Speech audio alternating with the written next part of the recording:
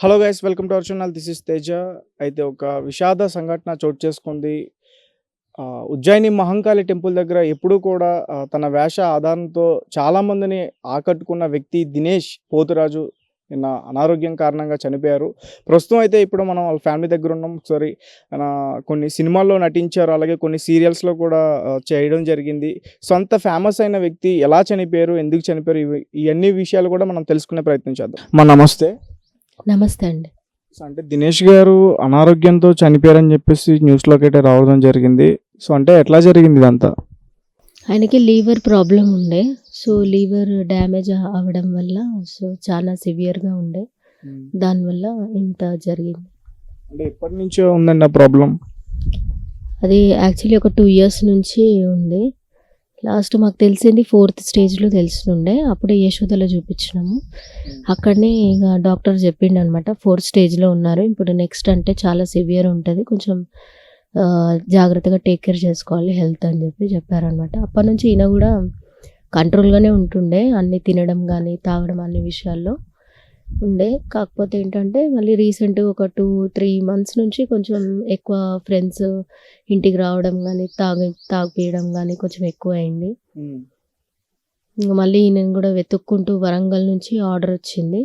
ఇంకా వాళ్ళు కూడా అడ్వాన్స్ ఇచ్చారనమాట. సో దాంట్లో కూడా కొంచెం ఎక్కువ తాగారు, దానివల్ల లీవర్ కూడా ఎఫెక్ట్ పడింది అనమాట. మళ్ళీ ఈయన కొంచెం సివియర్గా అయిపోయేసరికి హాస్పిటల్కి తీసుకెళ్ళాం. మళ్ళీ యశోదకి తీసుకెళ్తే ఇంకా వాళ్ళు అడ్మిట్ చేసుకోనని చెప్పారనమాట. చాలా సివియర్ అయిపోయింది, ఇప్పుడు 5th స్టేజ్, ఇంకా మేము చేసుకోలేము అని అంటే మళ్ళీ నీమ్స్కి వెళ్ళాను. నీమ్స్కి వెళ్తే ఇంకా అక్కడ ఎమర్జెన్సీలో తీసుకోమని అంటే ఇంకా వాళ్ళు ఇక్కడ లేదు, ఇక్కడ బెడ్స్ లేవు, అవి లేవు, ఇవి లేవు అని చెప్పారు. మళ్ళీ రికమెండేషన్తో ఎవరితోనైనా మాట్లాడి చేపిద్దామనేసి 2-3 కాల్ చేస్తే ఇంకా వాళ్ళు కూడా చెప్పారంట, కానీ మళ్ళీ మాకేం రెస్పాన్స్ రాలేదు. అక్కడే ఉజ్జయిని మహంకాళి టెంపుల్ దగ్గర పెద్దవాళ్ళు ఉంటారు కదా, అంటే వాళ్ళ దగ్గర నుంచి హెల్పింగ్ అట్లా ఏం రాలేదా? ఇంతవరకు అయితే ఏం రాలేదు సార్. అంటే ఆయన ఆరోగ్యం బాగాలేనప్పుడు ఏం రాలేదు సార్, అప్పుడు ఏం రాలేదు అక్కడి నుంచి కూడా. ఇక హాస్పిటల్లో అక్కడే వెయిట్ చేసి ఇంకా తర్వాత ఇక వాళ్ళు మళ్ళీ కోరంటీకి అట్లా తీసుకెళ్ళినాను. వెళ్తే వాళ్ళు ఆ హాస్పిటల్ ఇక్కడ చూడము, మీరు ఉస్మానియా కానీ లేదంటే గాంధీకి తీసుకెళ్ళు అని అన్నారు. కానీ మళ్ళీ నేను విజయ్ హెల్త్ కేర్కి తీసుకెళ్ళాను హాస్పిటల్. అక్కడ తీసుకెళ్ళి అక్కడ ట్రీట్మెంట్ చేయించాను. ఒక 1 day అక్కడ కూడా ట్రీట్మెంట్ చేయించాను.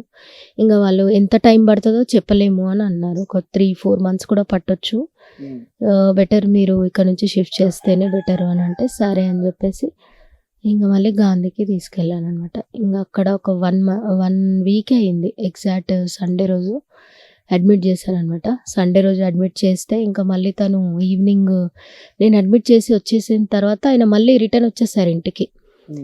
నేను ఉండలేకపోతున్నాను అక్కడ అన్నట్టు ఇంకా వచ్చేసారు. సర్లే ఎక్కడైనా వేరే దగ్గర వెళ్ళి చూపిద్దాము అనేసి అనుకున్నాము. ట్రీట్మెంట్ కూడా ఇంకెక్కడ కూడా వేరే ఆ 1 day మొత్తం తిరిగాను ఇంకా ఆటోలో ఆయన వేసుకొని, నేను మా పాప వేరే హాస్పిటల్స్లో అంతా ట్రై చేస్తే ఎక్కడ కుదరకపోతే లాస్ట్కి మళ్ళీ అక్కడికే వెళ్ళాము. మళ్ళీ గాంధీలోనే అడ్మిట్ చేసాం.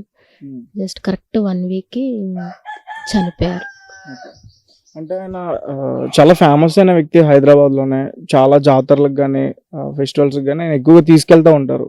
అంటే ఆయన సంపాదన చాలా ఎక్కువనే ఉంటుందని చెప్పేసి నేను విన్నాను, అది నిజమేనా? ఆయన ఎప్పుడు సంపాదన గురించి చేయలేదు. ఆయనకు ఒక పేరు కమాంచుకోవాలని ఉండే, నలుగుట్లో ఒక పేరు గుర్తింపు ఉండాలి నాకు అని చెప్పేసి ఆయన చాలా పోతరాజు వేషాలంతా ఫ్రీగా కూడా వేసిండు.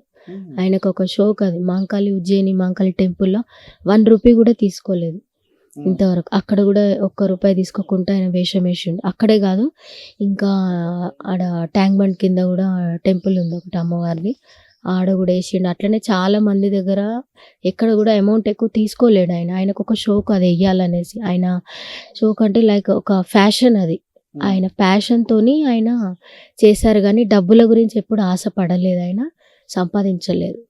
దాని గురించి నేనే సపోర్ట్ చేశాను ఆయనకు. కానీ అమౌంట్ నేను కూడా జాబ్ చేసి ఇంకా నేను తనకు ఆ ఇంట్రెస్ట్ ఉంది కాబట్టి ఇంకా ఆ ఫీల్డ్లో ఇంకా సర్లే అని చెప్పేసి అక్కడి నుంచి నేను పక్కకు తీయలేదు. ఇంకా నేనే ఇంట్లో సపోర్ట్ చేస్తుండే. ఇక ఆయన పోతురాజు వేషం వేయడానికి గల కారణాలు అంటే వాళ్ళ ఫ్యామిలీ నుంచి ఏమన్నా వచ్చిందా, లేకపోతే ఇతని ఇంట్రెస్ట్ తో ఇతను అట్లా వేసుకున్నాడా?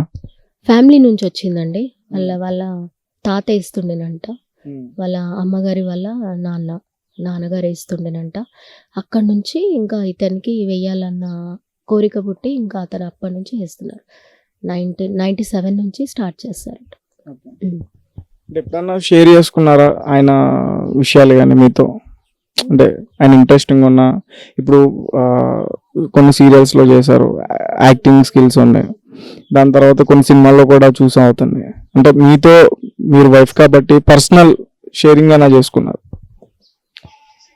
పర్సనల్గా అంటే వీటి గురించి మాట్లాడుతుండే నాతోని. మేము సీరియల్స్లో ఆయన షూటింగ్కి వెళ్ళేసి వచ్చిన తర్వాత కూడా అక్కడ గృహప్రవేశము అలాంటివి వాళ్ళ ఇంట్లో అంటే వాళ్ళు హీరోస్ ఉంటారు కదా దాంట్లో, సీరియల్ ఆర్టిస్ట్, అక్కడికంతా ఫంక్షన్స్కి పిలిచేవాళ్ళు. వాళ్ళు పిలిస్తే అందరం ఫ్యామిలీ మొత్తం వెళ్ళేవాళ్ళము, కలిసి వచ్చేవాళ్ళం, అంతా ఫ్రెండ్లీగా ఉండేవాళ్ళు వాళ్ళంతా. వెళ్ళేసి వస్తుండే. ఇప్పుడు ఎవరైనా వచ్చారమ్మా అంటే గవర్నమెంట్ నుంచి కానీ లేకపోతే ఇక్కడికి సంబంధించిన నాయకులు కానీ ఎవరైనా? నాయకులు అయితే ఎవరు రాలేదు, కానీ ఫ్రెండ్స్, వాళ్ళ ఫ్రెండ్స్ సర్కిల్ కొంచెం ఏదో హెల్ప్ చేస్తారు అంతే. ఇంకే ప్రెసెంట్ మీ సిచ్యుయేషన్ ఎలా ఉంది ఫైనాన్షియల్ గా కానీ ఆర్థికంగా కానీ? ఇప్పుడు మీ పరిస్థితి ఎలా ఉంది? పరిస్థితి అయితే ఏం స్టేబుల్గా లేదండి. ఎందుకంటే ఆయన ఒక పేరు గురించి ఆయన ఎప్పుడు కానీ చూస్తారు కానీ. సో ఇంకా వాళ్ళ ఫ్రెండ్స్ కొంతమంది ఇంకా ఆర్థికంగా కొంచెం సహాయపడ్డారు, అంతేగాని మన గవర్నమెంట్ నుంచి అయితే ఇప్పుడు ఏం రాలేదు. ఆయనకు అదే కోరుకుండే, టెంపుల్ నుంచి మాకేమైనా కొంచెం ఆర్థికంగా ఏమైనా ఉంటే బాగుంటుంది అని చెప్పి ఆయన అంటుండే. అంతే, వాళ్ళైతే ఎవరు ఏం చేయలేదు. లాస్ట్ టైం ఎప్పుడు మాట్లాడారు మీతో? అంటే ఏ విషయాలు మాట్లాడారు, ఎప్పుడు మాట్లాడారు? హాస్పిటల్లో ఉన్నప్పుడే, అంటే అక్కడికి తీసుకెళ్ళినప్పుడు ఏమంతా మాట్లాడకపోతుండే, చాలా వీక్ అయిపోయింది కదా. సో దానివల్ల ఆయన ఎక్కువ ఏం మాట్లాడకపోతుండే. ఈసారి బోనాల జాతర చాలా మంచిగా చేస్తాను, మంచిగా అప్పటి వరకు సెట్ అయిపోతా అనేసి అంటుండే తను. అంటే బండి మీద నుంచి కింద పడిపోయింది అనమాట. ఏదో ఎవరో చనిపోతే అక్కడికి వెళ్ళేసి వచ్చారు. వచ్చేటప్పటికి ఇద్దరు ఫ్రెండ్స్ కలిసి వస్తుంటే బైక్ నుంచి కింద పడిపోయి ఒక చెయ్యి ఫ్రాక్చర్ అయింది. సో దాని గురించి మళ్ళీ యశోదకి వెళ్ళి ట్రీట్మెంట్ చేయించాను. ఇంకా వాళ్ళందరూ కేపాల్కి తీసుకెళ్ళండి, అక్కడ తొందరగా నయం అవుతుంది అని అంటే ఇంకా అక్కడికి తీసుకెళ్ళి పట్టి అవి కట్టించాను అనమాట. ఒక 2 months అతను దాంట్లోనే ఉండే, పట్టి చేయికి పట్టి కట్టుకొని ఇట్లనే ఉంటుండే. ఇంకా అక్కడనే వారం వెళ్ళి కట్టించుకొని వస్తుండే. ఇంకా ఈ జాతర వరకు ఆయన మొత్తం మంచిగా అయిపోవాలి అన్న ఇదిలోనే ఉండే, మంచిగా వేయాలి, ఇంకా ఇంతకు ముందటి కంటే ఇప్పుడు నేను ఇంకా బాగా చేయాలి, ఇంకా చేస్తా ఎట్లయినా అని అన్నాడు. కానీ సడన్గా అసలు ఏమైపోయిందో ఇంకా నాకు కూడా తెలీదు. అది లీవర్ మొత్తంకి డ్యామేజ్ అయిపోయిందంట. ఇంకా లాస్ట్ 5th stage కాబట్టి ఇంకా అది ఈ విధంగా జరిగింది. అంటే ఈ వేషధారణలో కాకుండా నార్మల్ గా సీరియల్స్ కానీ మూవీస్ లో కానీ చేశారు కదా, అక్కడైనా సంపాదించారా డబ్బులు వచ్చేటి? అవి లేదు, అక్కడ షూటింగ్కి వెళ్ళినప్పుడు మాత్రమే వాళ్ళు ఒక 100 rupees అలా ఇస్తుండే. ఓన్లీ పర్ డే 100 rupees ఇస్తే 50 rupesది ఆయన పెట్రోల్ పోసుకొని ఇంకో 50 ఒక స్వీట్ బాక్స్ తీసుకొని వస్తుండే ఇంటికి. ఇప్పుడు విషయం ఇది అంటే సీరియల్ చేసిన కాడ నుంచి, సీరియల్ ఎప్పుడైతే స్టార్ట్ చేశారో మొగల్ రేకులు చక్రవాకం ఫస్ట్ సీరియల్, అక్కడ నుంచి ఇంకా ఆయన జర్నీ స్టార్ట్ అయింది. ఇంకా ఇప్పుడు ఎలా ఉంది మీ పరిస్థితి అన్నయ్య? ఏం సంపాదించలేదు అంటున్నారు, అంటే ఎట్లా ఇంట్లో మూవ్ అవుతుంది మీకు? అంటే మీ అబ్బాయి కానీ అమ్మాయి కానీ మీకు సహాయపడుతున్నారా చేదోడు వాదోడుగా? పిల్లలు ఇప్పుడు స్టూడెంట్స్, యాక్చువల్లీ వాళ్ళు చదువుకోవడానికి అంతా, ఇంకా నేను జాబ్ చేస్తాను కాబట్టి ఇంకా అది అలా వాళ్ళకి చదివించడము ఇవన్నీ కూడా నేను చేశాను. ఇంకా తను కూడా ఎంతో కొంత అమౌంట్ వస్తుండే, ఎక్కువ అయితే రాకపోతుండే కానీ ఎంతో 3000, 4,000-5,000 అలా ఏదో కొంచెం తీసుకొస్తుండే. అది ప్లస్ ఇంకా నా శాలరీతోని ఇంకా ఇల్లు నడిచేది. మళ్ళీ పేరెంట్స్ సపోర్ట్ కూడా ఉంది, మా పేరెంట్స్ కూడా ఇస్తుండే. ఇంకా మళ్ళీ ఇంకా మా పిల్లలకి చదువు అంతా ఇంకా నా శాలరీ మీదనే వాళ్ళకి చదివిస్తుంది. యాక్చువల్లీ తనకి ఆల్రెడీ లివర్ డ్యామేజ్ ఉంది కదా, దాంట్లో లివర్ జాండీస్ ఎఫెక్ట్ అయిందనమాట. సో ఆ జాండీస్ చాలా సివియర్గా అయిపోయింది jaundice. So first time white and yellow colour వచ్చినుండే ఐస్ వచ్చింది. అప్పుడు 4th స్టేజ్లో ఉన్నప్పుడు యశోదలో ట్రీట్మెంట్ అయింది కదా, అప్పుడు తగ్గిపోయింది. మళ్ళీ అప్పుడు కూడా చెట్ల మందు అవన్నీ వేసుకున్నారు. కానీ నేను కొంచెం బ్రేక్ చేసి ఇవే అలోపతి మెడిసిన్ కొంచెం ఇచ్చి మంచిగా చేసేసినాను. దాని తర్వాత ఏమైందంటే ఇక మళ్ళీ ఇప్పుడు మళ్ళీ లివర్ డ్యామేజ్ అయిపోయిన తర్వాత 5th స్టేజ్లో మళ్ళీ జాండీసీ వచ్చింది. యెల్లో జాండీసీ, అది టోటలీ చాలా ఎక్కువ ఉండే అనమాట. దానికి మళ్ళీ అతను చెట్ల మందు తింటాను నేను, దాంతోనే క్లియర్ అయిపోతుంది, తగ్గిపోతుంది అని అన్నారు. అన్నందుకు కొంచెం ఒక 15-20 డేస్ అయితే పథ్యం చేయాలి అది వేసుకుంటే అని చెప్పి ఇంకా మల్లెపల్లికి వెళ్ళి తెచ్చుకున్నారనమాట. తనే ఫ్రెండ్స్తో వెళ్ళి తెచ్చుకున్నారు, చెట్ల మందు తిన్నాడు. ఇంకా మళ్ళీ దాని తర్వాత మళ్ళీ వేరే దగ్గరికి కూడా చాలా 2 చోట్లకి వెళ్ళి చెట్ల మందు తిన్నాడు. కానీ టైం దాంట్లోనే ఇది అయిపోయింది, తగ్గుతుంది అని చెప్పారనమాట.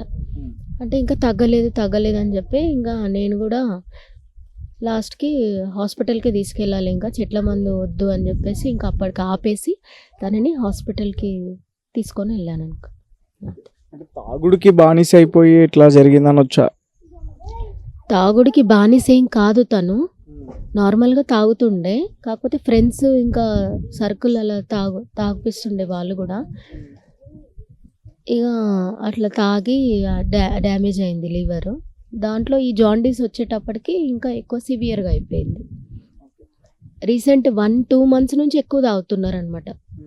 2 months నుంచి ఆయనకి ఆ పరిస్థితి ఉన్న తర్వాత కూడా ఆయన అట్లనే చేశారా?